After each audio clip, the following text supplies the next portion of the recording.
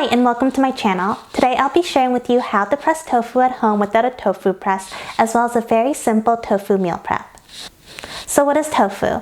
Tofu is a high-protein, low-fat, plant-based product that is made of soybeans and is usually pressed into noodle blocks. Tofu is what I like to call a blank slate, as tofu takes on flavorings very well from sauces, marinades, and seasonings. So you can pretty much make tofu taste like anything you'd like. I like using tofu in my meal preps as they are a budget-friendly source of protein. Growing up, we could really only find tofu in Asian grocery stores, but now I've noticed that they're in pretty much every store I go into. Tofu comes in different degrees of firmness, such as silken, soft, firm, and extra firm. We'll be working with extra firm tofu today. To start, drain off all the liquid that your tofu was packaged in.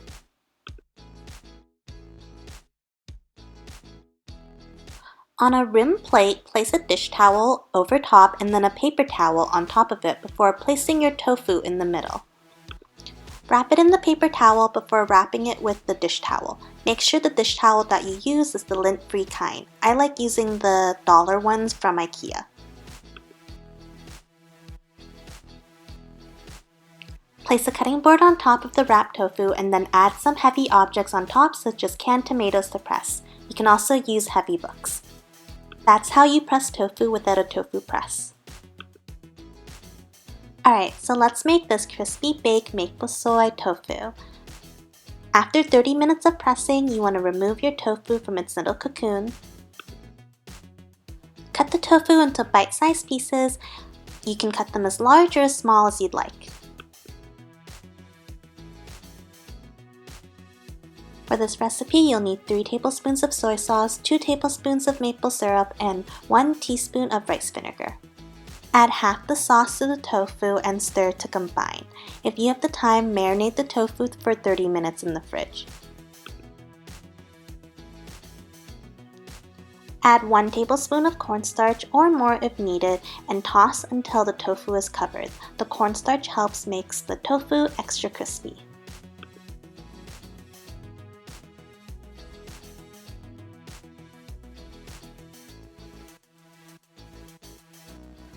When done, place tofu in a single layer on a parchment-lined baking sheet and bake for 40 minutes in a 400-degree oven, making sure to flip the tofu at the halfway mark.